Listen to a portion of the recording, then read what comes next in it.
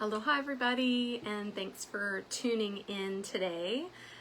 So we're here for our August mental health book club, and the book that I chose was Mindsight, The New Science of Personal Transformation by Dan Seigel. And I really, this book spoke to me for a lot of reasons. I actually have listened to this book, like the audiobook version, several times because I found it so intriguing and interesting.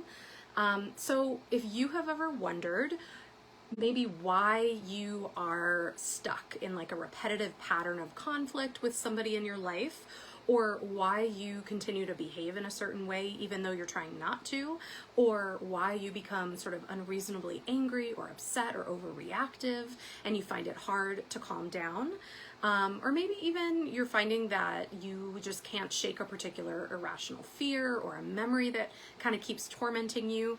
This book addresses the answers to all of those questions.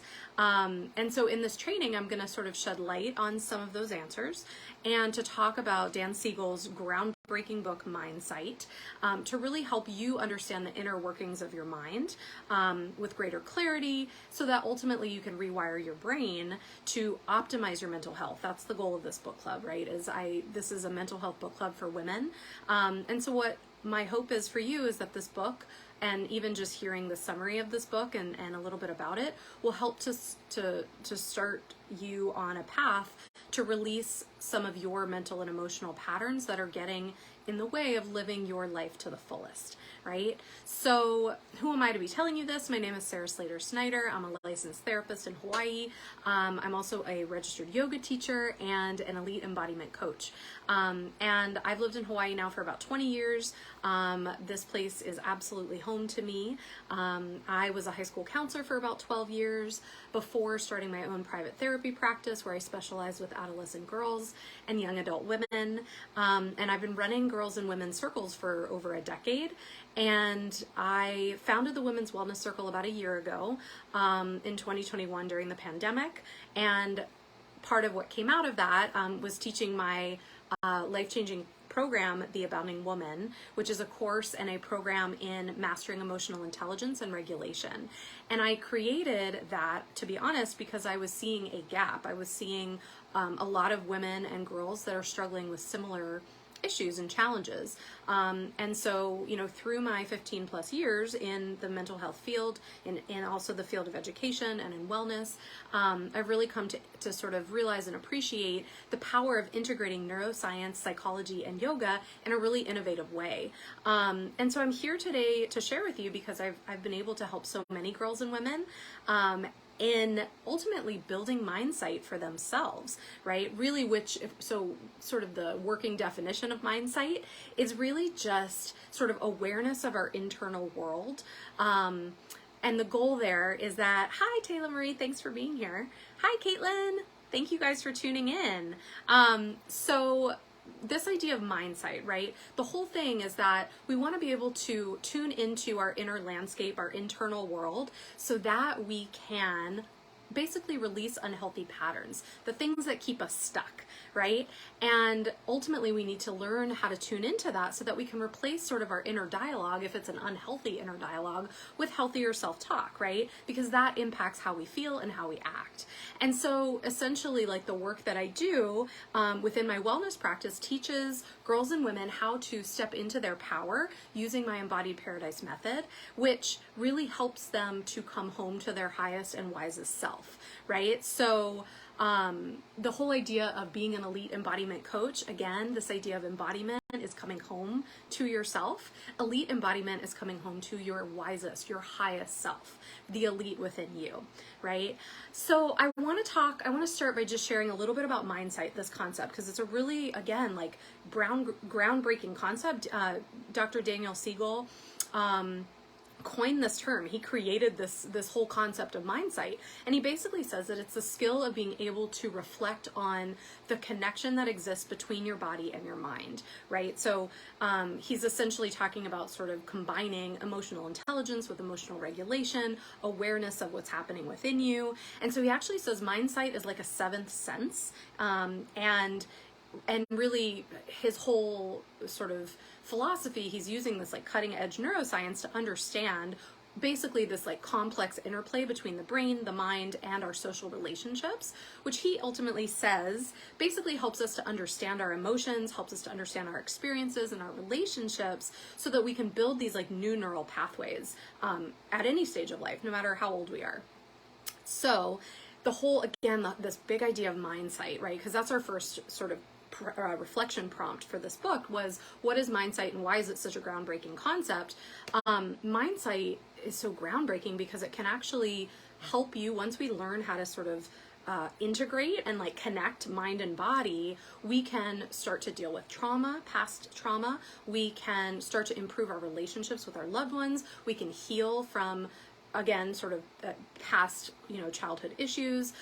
We can also start to manage some of the uncertainty of the world and the challenges there, and we can learn how to sort of regulate and control our emotions. So that's the beauty of Mindsight, right? I'm just going to read a quote because I really love what he says here. So Dan Seigel says, Mindsight is a kind of focused attention that allows us to see the internal workings of our own minds. It helps us to be aware of mental processes without being swept away by them. I love that.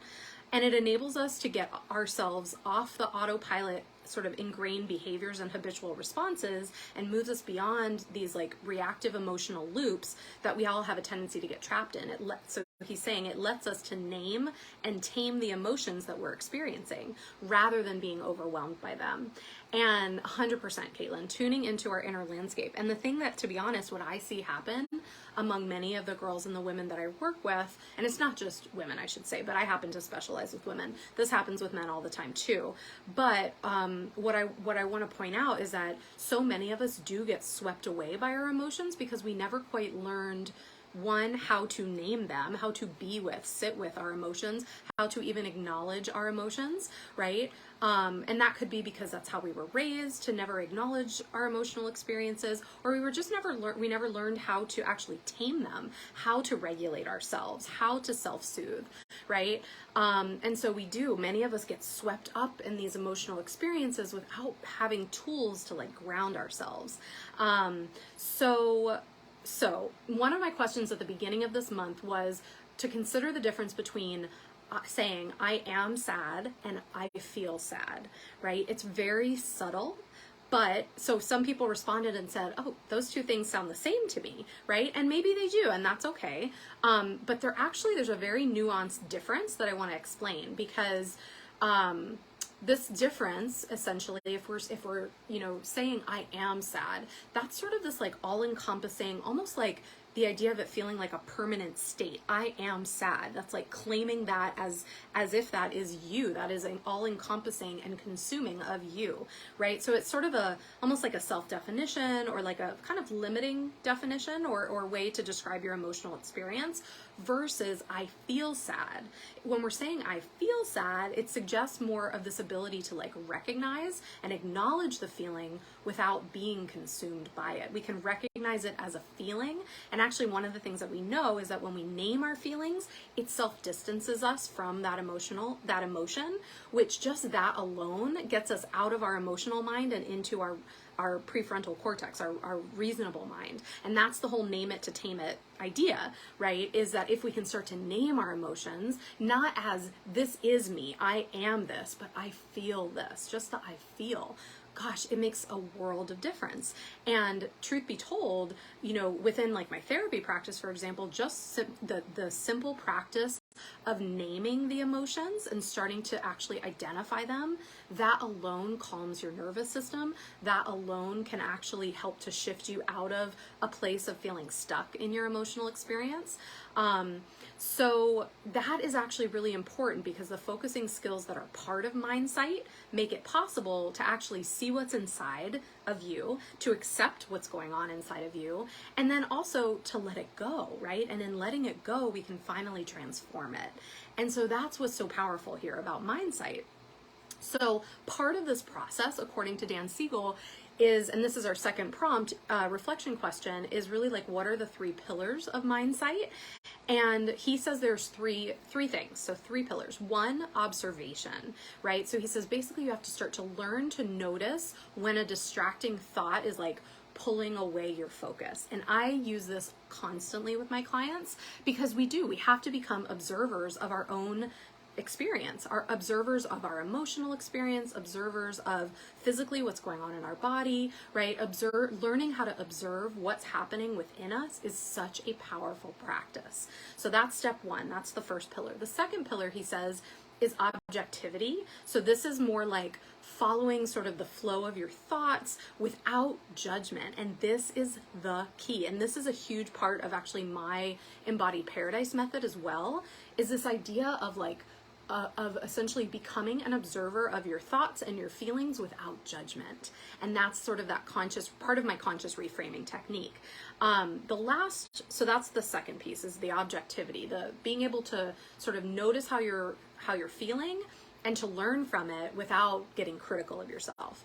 The third piece, he says, is openness. So in other words, basically accepting your emotions at every turn and not letting your emotional state be a source of stress. So learning how to be able to say, I am feeling sad in this moment, and that's okay. I'm allowed to. So it's like making space, holding space, being open to your emotional experience. And I can't even tell you how many people struggle with this. Like learning to be open to your emotional experience, and that there are no wrong emotions. There's nothing that you have done wrong to feel angry, to feel even shame, to feel guilt, right? These are all just emotions. So when we can learn to observe them, to be objective about them, and to be open with them, that changes our experience. That is what builds Mindsight, according to Dan Seigel. So he also basically views the like mind, brain, and relationships as essentially like 3 dimensions of one reality. And he says that the mind, the brain, and our relationships form what he calls an interconnected triangle of well-being. Right? So this is like our triangle of well-being with these 3 different parts to it. And this whole concept of the triangle of well-being, of Mindsight, actually comes from what he calls interpersonal neurobiology, which basically just emphasizes that our brains are social organs. We are literally social creatures, right? So there's a constant sort of energy and information flow between our brains, our minds, and our relationships. And once we understand that, we can actually optimize that. We can capitalize on that. So there's 3 parts of the triangle of well-being, according to him. So he says, 1, you can learn how to live well and be well. If you can start to think of yourself as sort of like a river, right? Almost like a river that wants to cultivate sort of a balanced, harmonic self. So, and I'll talk more about this in a bit, but that's the first piece of the triangle of well-being, is the idea that like if we are sort of like a river, that the goal of this river is really like wanting to cultivate sort of this balanced, harmonic self. The second part is that we want to practice those 3 pillars of Mindsight, that observation, objectivity, and openness. And that as we actually start to learn these skills for how to live well and how to be well, actually what happens is that the structure of the brain changes. And this is what's so powerful, is that we are forming basically new circuits, new neural networks essentially in the brain that help us with resilience, that help us with empathy and compassion. And I'll give some more examples of this in a bit. The third piece of the triangle of well-being, and this was a big part of the book, was all about integration. He says integration is like a key component of this practice and this process of Mindsight. So what integration is basically integrating different parts of ourself and connecting with other people in a healthy way. So in other words, learning how to be receptive in our relationships rather than reactive.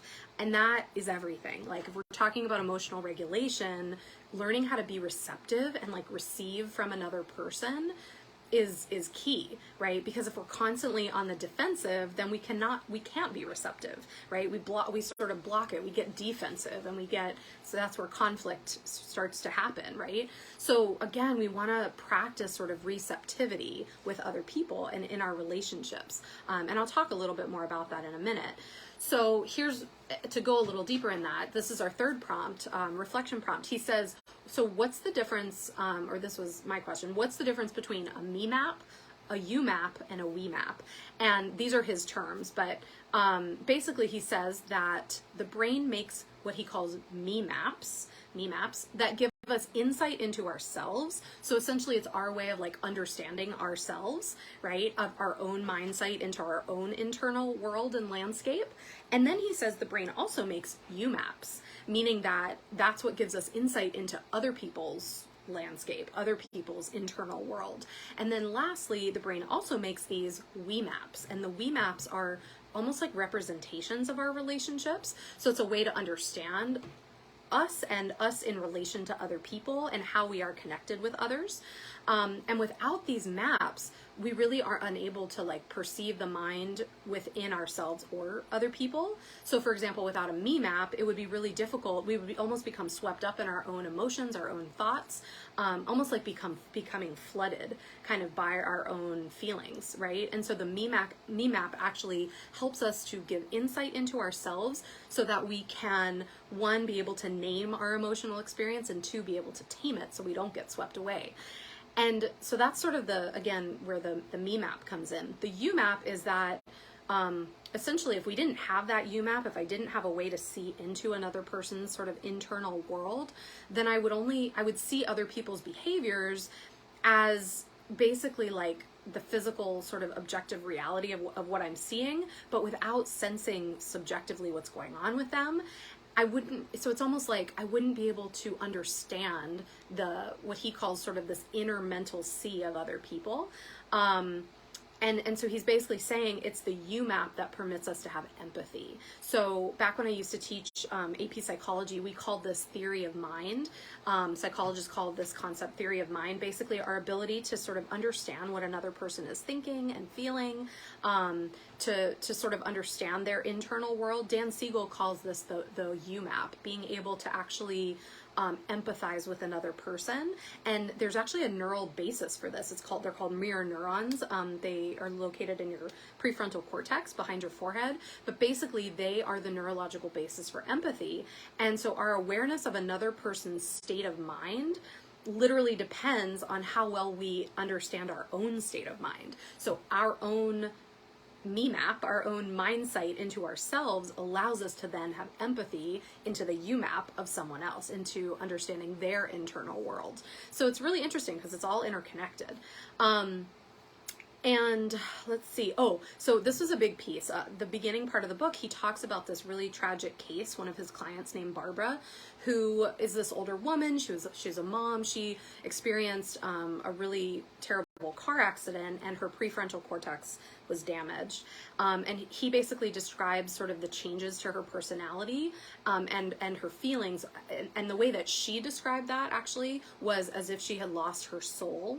That was how she described it, because everything about her changed after that. Like that damage to her prefrontal cortex totally shifted her personality. It really kind of left her family feeling obviously so devastated, because the mom that they once knew, she was like a very completely different person. They had to sort of get almost reacquaint themselves with her. And ultimately the whole point of his story was that Barbara had lost her mindsight as a result of this car accident that damaged her prefrontal cortex. And so her family then had to develop their own mindsight in order to understand and to be able to care for her. So I'm going to talk about this. Actually, you know what? I'll just go ahead and share about this because I think this is fascinating. And, you know, not everybody is into the neuroscience of this, but I just think it's so interesting. And this is a huge part of his book. So Dan Seigel is best known. He's written a ton of books about the brain. But one of the things he's best known for is the hand model of the brain. And so if you take your hand, if this is like literally supposed to represent your brain, and you imagine that sort of like where your wrist meets your hand right here, this is like the base of the skull. That's the brain stem, which is responsible for all of your like automatic bodily functions, heart rate, breathing, digestion, even like all the sort of the basic things you don't even think about, right? Then where your thumb is, if you kind of tuck your thumb into the inside and wrap your fingers around, that inner part is what's called your limbic system. And your limbic system is your emotional brain. That's actually the part that allows you to process emotional experiences, especially intense emotional experiences, fear, anger, aggression, right? All live here. This is where they're processed. And so what he says, so basically, if my my fingers represent sort of my prefrontal cortex that sits behind the forehead. This is like our rational brain, our upstairs brain that thinks logically, that plans, that does sort of judgment, planning, moral reasoning, decision making, empathy. Like this is a huge component of who we are, is that prefrontal cortex. But what happens is basically that if you've ever had a moment where you've completely overreacted, you flip your lid, as he says. So the idea of flipping your lid is that literally your brain and your body are going into like survival mode, into fight or flight mode, because it's perceiving a threat. And as a result, it's like your upstairs brain is no longer online with your downstairs brain. And so because there's like a disconnect, we have become overly emotional. The downstairs brain takes over. Our body goes into like fight or flight mode, right? Our heart rate increases, our breathing increases. We're literally in like survival mode. That's because the brainstem is now running the show along with the limbic system. And what we need to do is we need tools that basically get the upstairs brain hugging the downstairs brain, right? Meaning that we need some strategies to calm ourselves down, to basically apply the brakes almost to the body. So rather than being in sympathetic fight or flight mode of our nervous system, we need to learn how to activate sort of this parasympathetic, calm, rest and digest response of the nervous system, right? And so essentially it's like, you can imagine when somebody, literally, this could be a child, this could be an adult, we all have moments where we flip our lid, but the more that we learn how to regulate our emotional self, the less often that happens. And that's where some of the tools that I teach in my Embodied Paradise method actually help you to be able to more proactively prevent the like flipping the lid, the losing control in stressful situations, right?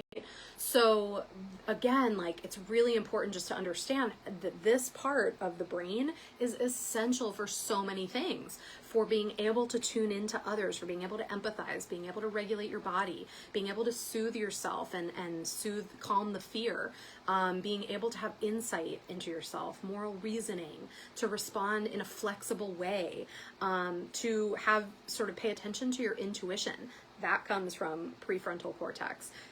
And the part that's so interesting is that everything we know in terms of like the field of neuroscience has shown us that meditation, mindfulness, breathing, like there are such simple ways that you can start to actually build these neural connections so that your prefrontal cortex starts firing more.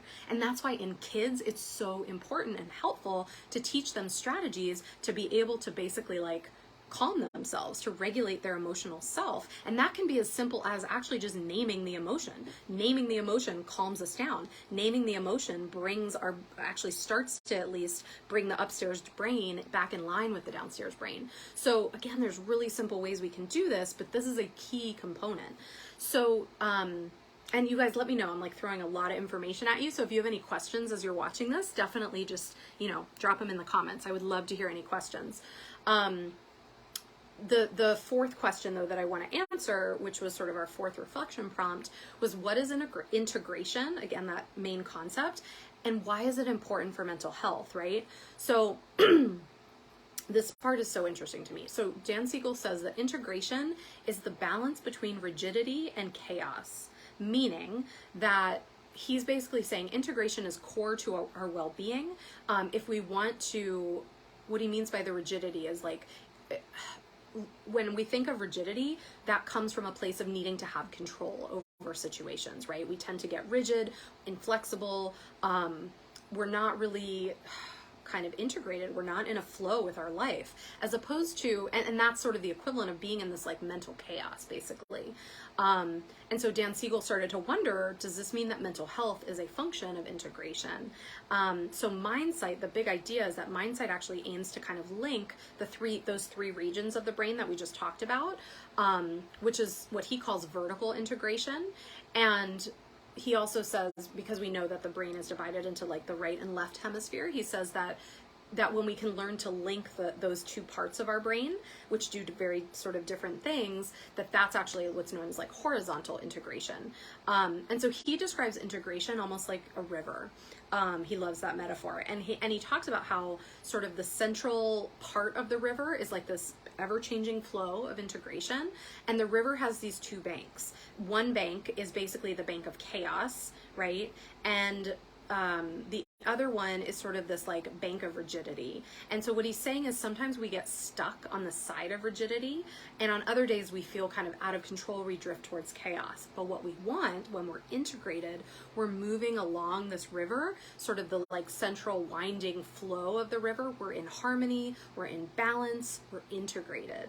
And that's what we want. Mindsight is really designed to lead us back to that river of integration. And mental health ultimately, right? So that was a big part. And he talks about like 8 different domains of integration. And he's basically saying that if these domains are blocked, that can hinder our growth, that can create sort of, like dis-ease, basically, like mental disorders and challenges with our mental health. So I don't know necessarily if I need to go through all 8, but I'll just give you a couple examples of these domains of integration. So one was, he calls it the integration of consciousness, which he basically says is like the hub of our awareness. So it's basically where we can regulate our emotions, where we can calm ourselves, develop sort of a more flexible mind. Another one is actually like narrative integration, which is basically the story that we tell ourselves. So being able to weave together, if we have narrative integration, we can weave together a more like cohesive, sort of coherent story of our own self and our own life. I'll give you one more. So he basically calls it interpersonal integration, which basically helps us to connect more meaningfully in relationships without losing our own identity. So he says this is like the we in well-being, essentially, is our interpersonal integration. So he goes way in depth with each one of these domains, but it's pretty fascinating. So a couple more little points here, though, that I want to talk about. And the next one was our 5th reflection prompt, which is, what is neuroplasticity? This is a big term and a really important one, actually. And how does Mindsight help us to change our brains? So what we know is that the mind and the brain essentially are embodied, meaning that he's saying the human mind is a relational and embodied process that regulates the flow of energy and information. So in other words, he's saying, look, like we embody our emotional experiences. That is an embodied experience, right? When you feel scared, where do you feel it? Often we feel it in our stomach gets in knots, we may get migraines, we may get tense shoulders, our body feels it. It's an embodied experience, right? The same is true, actually, in terms of the mind and brain are embodied. They're also relational, meaning that we share energy, we share information within our social relationships. So what he's saying is neuroplasticity is actually a super important concept. It's this idea that our brain is malleable, almost like, and I know this sounds silly, but like the way I used to explain it was almost like the brain is malleable. It can be reformed, almost like Play-Doh. And not actually, like we're not going to change the structure of the brain, but we can change the neural connections within the brain. So in other words, our brain can develop new neural pathways, new connections, basically, that become, they're either literally new connections or we're strengthening synaptic connections. And so the whole idea here is that Mindsight builds neuroplasticity. So the beauty is if we learn how to develop the skill of Mindsight, how to develop sort of this internal awareness of our inner landscape, of our internal experience, that literally changes your brain. It rewires your brain. And one of the other sort of phrase that Dan Seigel coined is basically that what fires together wires together. So Mindsight is literally like allowing our brains to be like a work in progress. We have these new neural connections that are firing, and as they're firing, they're wiring. We're developing new pathways. So the beauty of that is that you can change habits, you can change thought processes, you can change addictive patterns, right? Like you actually do have the power to change it. Now, here's what I tell my clients. So if you almost kind of think about the metaphor of like rolling a boulder down a mountain, right? If you roll a boulder down the mountain the same way over and over again, the boulder just like, it nicely, smoothly rolls down that mountain, no problem. But if all of a sudden you try to like roll the boulder down a new pathway, it's going to take a minute. Like it may kind of get off course and you may backtrack a little bit and it may not be so smooth. But the more you roll that boulder down the mountain, the more you practice a new habit and develop sort of this new, literally like new neural firing and connecting, you are literally changing your brain so that you develop these connections that you can, as we develop those stronger neural connections, essentially, that is what will change our behavior. And so that's the beauty of Mindsight. What fires together, wires together, right? So that's powerful because we literally can rewire our brains. And that is why, you guys, that is my big thing. That's the whole point, is that we know that yoga does that. We know that meditation rewires the brain, right? We know that breath work, just awareness itself rewires the brain.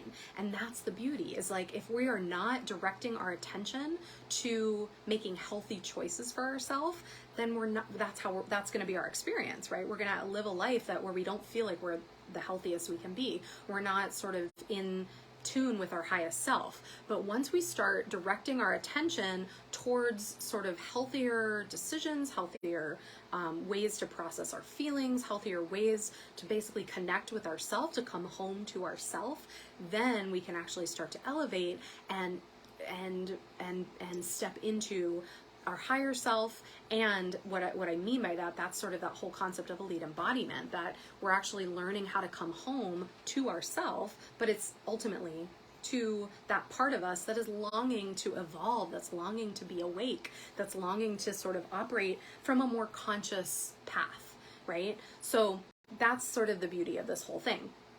All right, so this last part that I want to share is really, how can you optimize your brain through the Mindsight practices that he teaches?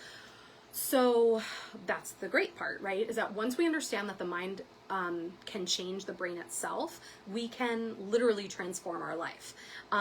So if we can look really clearly at what's happening in our relationships, we're able to see that these patterns where we're stuck, right? We see that we're maybe doing the same thing over and over again. So that is an example of rigidity, right? Where we're in sort of like a loop and we can't get out of this sort of rigid loop, right? Hi, Kim. Yeah, this is, oh, I'm glad that you're here. Yeah, check out this book. It's really good. So you may also find that like there's other patterns in your life that are just super chaotic, right? And that may be chaotic for a number of reasons. It could be outbursts of emotions that you're having, impulsive behaviors that you're experiencing, right? But the whole idea here is that as we learn how to develop more awareness and insight into those things, we literally will change those patterns. So when you learn to focus your attention on the nature of the mind itself, and that is the power of mindfulness, right? Basically learning how to redirect your attention and your mind, as well as meditation, as well as breathing, as well as yoga. Like, that's the beauty of these practices. You literally will rewire important parts of the brain that help you regulate how your entire nervous system functions, right? How your body regulates itself, how you balance your emotional self, and how you engage in relationships with other people. So it's like very powerful stuff. So I'm just gonna give you a couple of examples of some of the Mindsight exercises he talks about. Obviously, this is one I know and love, which is breathing, right? So simple. Now, imagine that if you kind of sit yourself upright, right? It's hard to breathe when we're all hunched over, but if we can sit ourselves up and allow sort of our back to rest against the chair, our feet are on the floor, right? And we can just start to become aware of our body and actually start to sense ourselves in our body. We can start to tune into what's happening internally, right? And there's actually a part of the brain, it's called the insula, that's responsible for our internal awareness of literally that inner experience. And that's the amazing thing, is that insula actually starts firing more as we start to notice what's happening. So even just if I ask you to sit quietly for a moment, feel free to close your eyes if you're not driving a car while you're listening, right? Or doing something else. But if you can sit and just take a moment to check in with yourself, just notice what's happening around you.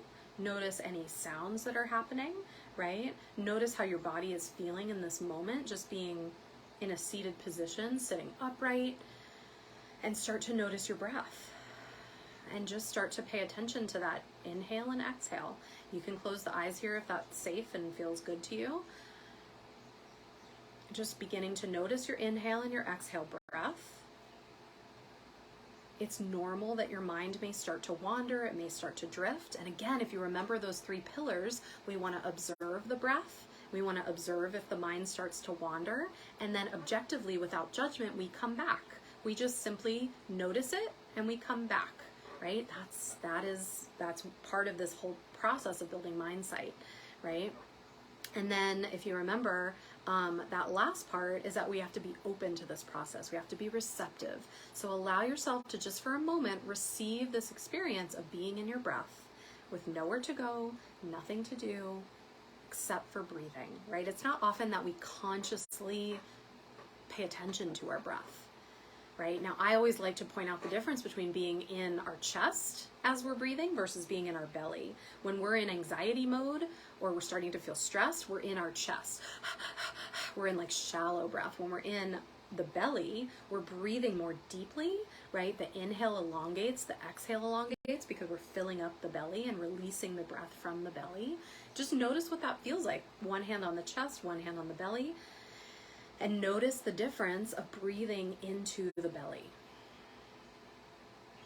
and how much deeper and longer the exhale breath becomes.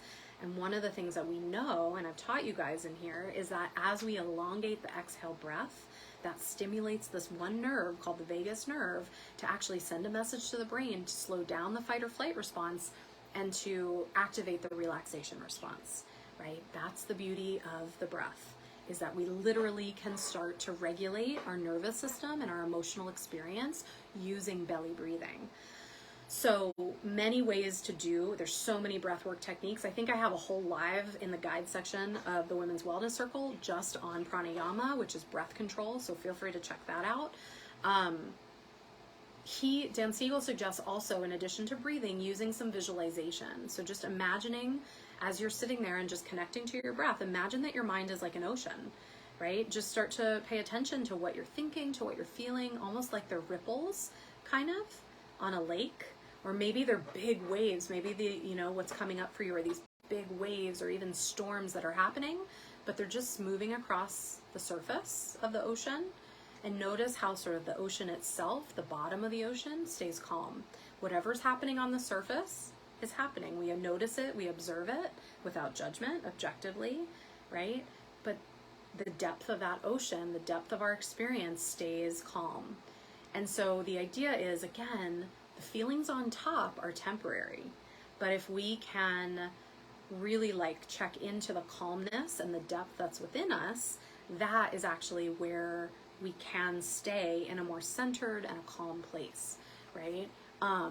So I've had clients that tell me wow, your practices are bringing me back to center. That's the whole idea, right? The breathwork practices, these elite embodiment practices, these meditations, this restorative yoga, yoga nidra, all of these practices bring us back to our center, because under that ocean is literally the depth of who we are. It's the love of who we are, and that stays constant. That's not changing. It's just that what's on the surface is what's changing, right? So these are a few of the practices. I'll give you a couple more. If you've ever done a walking meditation, that's a really beautiful practice where you start to just basically focus on the soles of your feet. With each step, you just start to notice how it feels, 1 foot at a time, stepping through the grass, stepping in the sand, wherever you are, noticing how the lower body is feeling and responding, being present in that whole experience. And then the other part, so another practice would be doing what's called a body scan, right? Literally starting at the top of the head, moving all the way down, noticing just different body parts. If you've ever done a yoga nidra practice with me, that literally is part of that practice. We move our awareness to different bodily sensations, emotions, images, right? And the whole idea is that we have sort of the separate quality of awareness of where we put our attention. And that is a very powerful Mindsight practice. So there's so many more here, you guys. I'm running out of time. Let me check my time. Yeah. I'll just mention a few more things. So another practice would be sort of balancing both sides of the brain, which you can do by actually doing these body scans, just scanning one side of the body at a time and then scanning the other side of the body at a time, right? Even like I was mentioning, a simple Mindsight exercise is starting to name your emotional experience. Just putting a name to it tames it, right? Name it to tame it. That's the whole idea. Another one, so a big one in here that he talks about is basically, you know, Mindsight is this ability for us to see within ourselves, to dive deeply into our sort of our internal see, right? And the way that we develop Mindsight is really through our relationships. So relationships with our parents initially, but relationships in general. So he talks a lot about attachment. He actually has within the book an adult attachment interview that you can check out to sort of see what your attachment style is and to see how you make sense essentially of your life and of your relationship connections.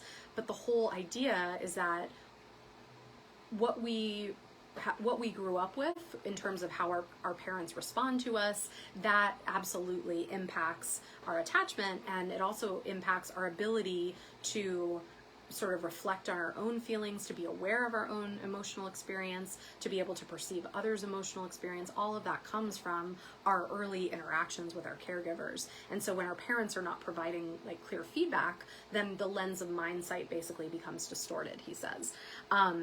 So that is why it is actually a really helpful practice to start to understand your own like attachment style. Okay, so gosh, there's like so much more here that I can share, but I think that's good. I think you guys get the idea that there are many ways to practice Mindsight. And if this interests you and you want to learn more, read this book. It's such a great book. And so much of this is what I teach within my Embodied Paradise method, right? So the 3 parts to my methodology are that we really learn to create our own sort of fully embodied paradise. We transform that exhaustive reactivity into like your own inner sanctuary. That's sort of the whole idea here. And we're doing that by building this like expansive regulation through experiential somatic soothing strategies, literally some of the strategies I just mentioned to you. So that's sort of the first step. And if you have not joined my recalibration retreat that's happening Friday, please consider joining us. It's this Friday. It is September 2nd. It's at 1 o'clock Hawaii time, which I think is 7 o'clock Eastern time. It's $33. It's going to be it's 2 hours of total recalibration. It's going to be incredible. I will talk for a little bit and share a little bit about sort of what I do and how this all works and why it works. And then we're just going to dive into this 90-minute practice of restorative yoga and yoga nidra, where your entire mind, brain, body experience is just going to let out a giant release and sigh. And so that, if that sounds appealing to you, which I really believe that for so many of you this would be so important and helpful, please, I will drop the link again in this live so that you can register. So that is one, that's sort of the first element, is my create your own paradise. That's the first piece. The second piece is my conscious reframing, which basically helps you to like stop anticipatory anxiety in its tracks. Anticipatory anxiety is when we're like fast forwarding into the future. We're living not in the present moment, but we're like in anxiety mode, right? We learn, literally, I'll teach you techniques to essentially reframe and rewire your thinking patterns by kind of awakening your commitment to your highest self, by really stepping into more like fearless courage, so that you can have this empowered conviction to live your life in the way that you've been wanting to live your life. Rather than living it in fear, we learn how to live it from a place of empowerment and connection to ourself. Right? So the last piece really is that we take all of these elite embodiment practices and use them, apply them to our life. We find a way to create space so that we give ourselves permission to like elevate our body, mind, and spirit, to create more authentic presence, to create more fulfillment, to create more meaning in your life, so that you can connect to that highest and wisest elite self, right?